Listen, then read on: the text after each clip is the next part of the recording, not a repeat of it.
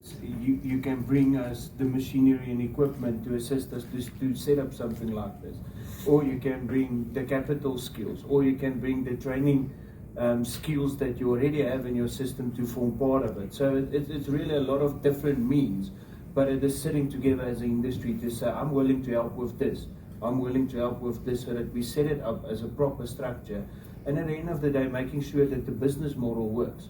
Because one thing we don't want something that we establish now and over a year say, oh, sorry, it didn't work.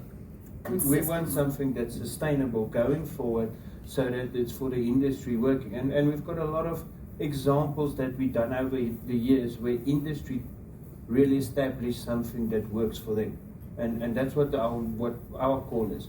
Come to us. We've got a network. We're making the call to say, come and talk to us.